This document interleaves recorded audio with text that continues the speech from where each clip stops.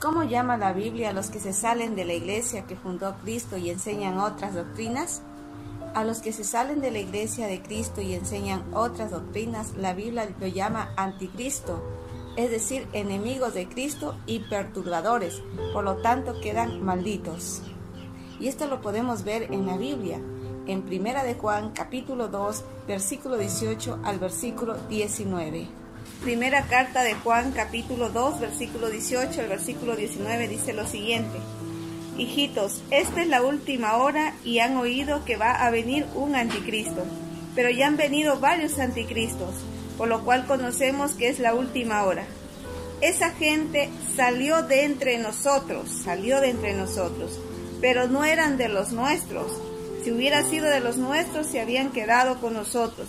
Así es como descubrimos que no todos son de los nuestros. Vemos aquí cómo habla el anticristo, es aquel que se ha salido de la iglesia. Él es el anticristo.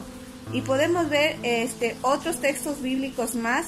Si nosotros buscamos en la carta de Gálatas, capítulo 1, versículo del 6 y siguientes, dice así: Me sorprende que ustedes abandonen tan pronto aquel que según la gracia de Cristo los llamó, dice, y se pasen a otro evangelio.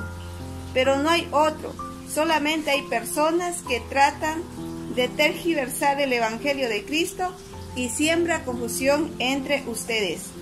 Pero dice, aunque nosotros mismos, un ángel del cielo viniese a evangelizarlos en forma diversa, a como lo hemos hecho nosotros, yo les digo, fuera con él. Se lo dijimos antes y de nuevo se lo repito. Si alguno viene con un evangelio que no es el de ustedes que recibieron, maldito sea, anatema. Entonces vemos aquí como dice, no hay otro el evangelio. El evangelio es Cristo mismo, pero dice aquí, no hay otro evangelio. Solamente hay personas que tratan de dar vuelta al evangelio de Cristo y siembra confusión entre ustedes. Aunque viniera un ángel del cielo a evangelizarlos en forma diversa, yo les digo, fuera con ellos. Entonces vemos aquí lo importante que es permanecer en la iglesia.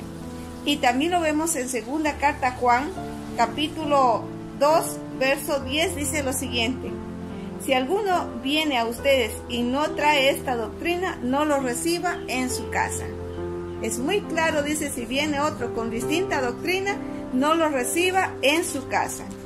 Y también vemos acá en segunda carta de Pedro, capítulo 1, versículo 20, dice lo siguiente: Sépalo bien, ninguna profecía de la Escritura puede ser interpretada por su propia cuenta.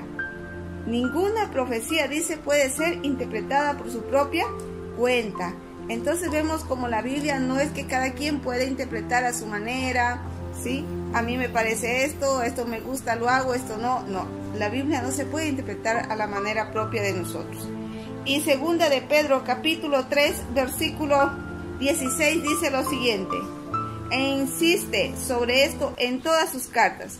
Hay en ellos algunos puntos difíciles de entender que los ignorantes y pocos firmes en la fe interpretan torcidamente para su propio daño, como hacen también con las demás escrituras. Entonces vemos aquí como dice que cada quien interpreta. Hay momentos, ahí dice, hay textos bíblicos difíciles de entender que el que es ignorante lo tuerce. Entonces vemos aquí como la Biblia no es que cada quien puede interpretar a su manera, porque eso fue lo que pasó dentro de la iglesia.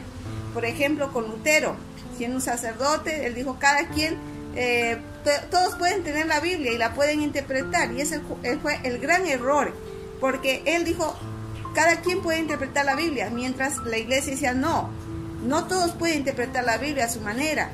Entonces Lutero no estuvo de acuerdo, se salió de la iglesia católica y es donde nacieron los luteranos. Y bueno, y cada quien decía ellos podían interpretar la Biblia a su manera.